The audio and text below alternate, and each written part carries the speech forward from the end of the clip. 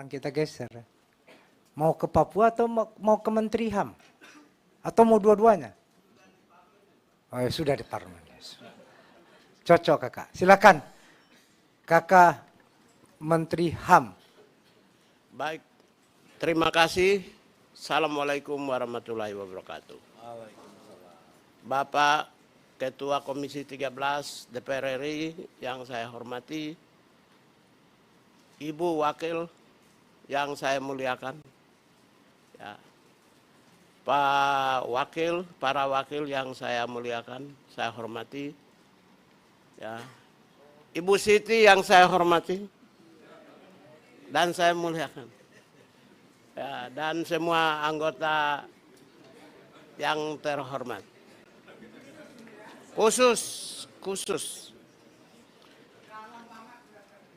ya memang harus lembut. Apalagi sudah masuk di parlemen. Yang saya hormati Bapak pimpinan dan semua anggota, hari ini saya mengucapkan terima kasih kepada Tuhan Yang Maha Esa, karena dengan pertolongannya kita semua duduk seperti keluarga besar, yaitu keluarga besar pemerintah. Saya singkat saja Pak Bapak pimpinan, karena nanti giliran setelah saya banyak juga. Intinya saja bahwa Kementerian Hak Asasi Manusia di hari pertama kebijakan efisiensi oleh Presiden, saya menyatakan siap dan boleh cek di semua media. Saya dan sampai dengan hari ini yang mengucapkan siap dan tidak terpengaruh cuma Kementerian HAM. Boleh cek di televisi, di media, cuma satu-satunya yang menyatakan siap dan tidak terpengaruh. Dan itu saya buktikan, kantor hari ini di Kementerian Hak Asasi Manusia berjalan normal. Satu lampu pun tidak padam. Apalagi kerja dari rumah, matikan listrik. Kita baru dialog dan diskusi, orang sudah ketakutan. Saya meyakini Presiden adalah kapten kapal yang mengarungi samudra bergelombang.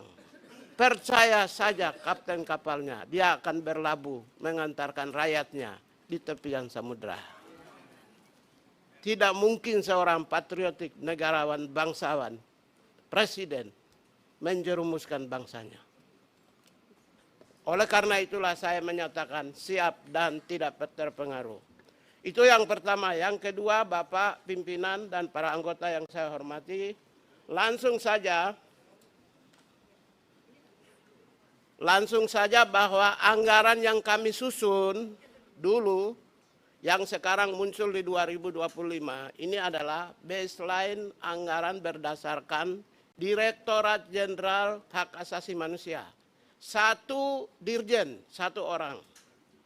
Sekarang tidak muncul karena kami masuk jadi menteri dan bentuk Kementerian Hak Asasi Manusia di ujung tahun.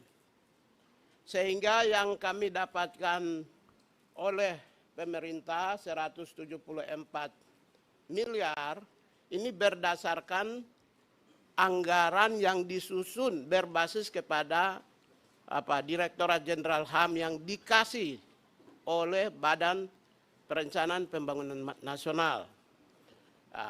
Baseline anggaran yang berbasis kepada Kementerian Hak Asasi Manusia yang terdiri dari 1 Sekretariat Jenderal, Inspektor Jenderal, kemudian 2 Direktur Jenderal, 2 pusat, dan saya ingin sampaikan bahwa kementerian kami dapat 20 kantor wilayah, Pak. Kanwil. Ini nanti akan muncul insya Allah mungkin tahun ini atau mungkin tahun depan. Ya, ini tergantung kebijaksanaan dari Bapak pimpinan dan para anggota. Apakah mau ingin dimunculkan baseline anggaran berdasarkan Kementerian HAM ini? Insya Allah di tahun ini, bulan depan, 2 bulan lagi, atau nanti tahun depan kami tidak punya kewenangan dan kewenangan kami serahkan kepada DPR RI. Setelah kami punya anggaran sebanyak 174 miliar, ya, anggaran yang muncul tahun ini yang disusun di tahun lalu berdasarkan satu Direktorat Jenderal adalah 174 miliar. Dari 174 miliar ini, inilah yang kami pakai, dan setelah lakukan efisiensi, sekalipun kami memegang beban besar, yaitu kurang lebih 4 eselon 1, 20 kantor wilayah, 2 pusat yang baru muncul.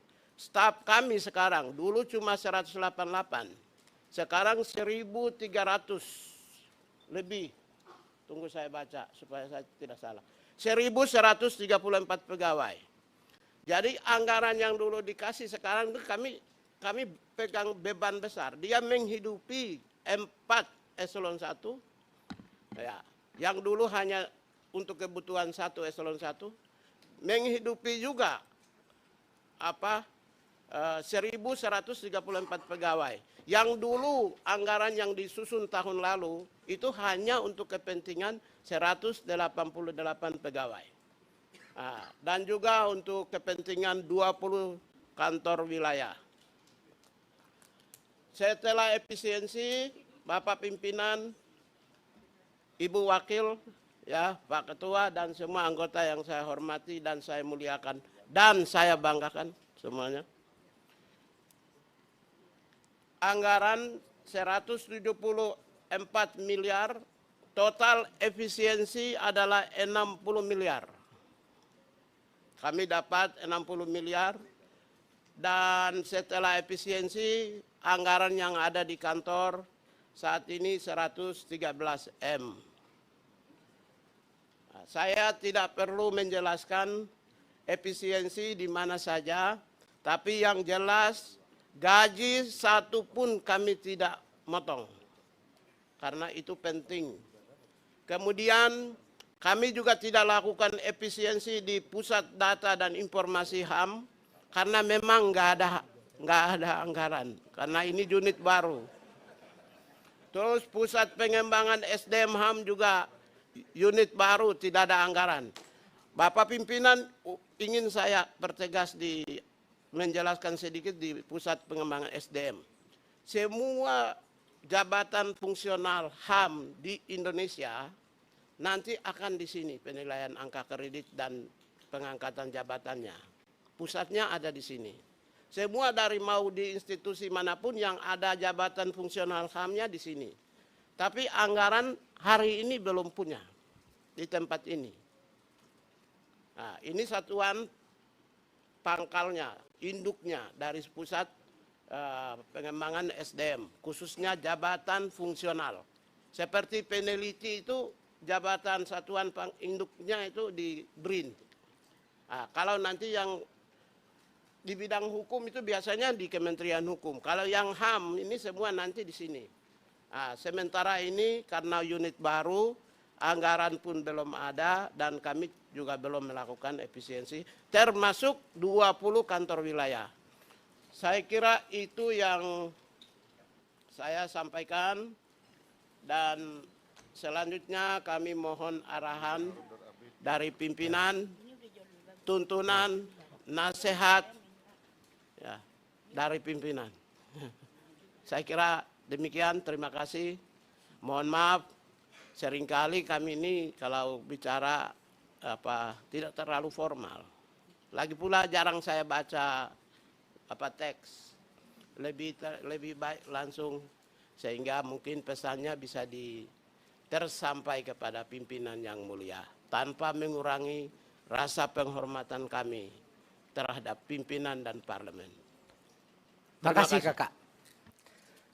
Untuk itu Pak Prabowo tidak salah orang menaruh Natalius Pigai dan Mugianto sebagai human right defender. Anggaran kecil tapi tetap bisa berjuang. Kita lanjut ke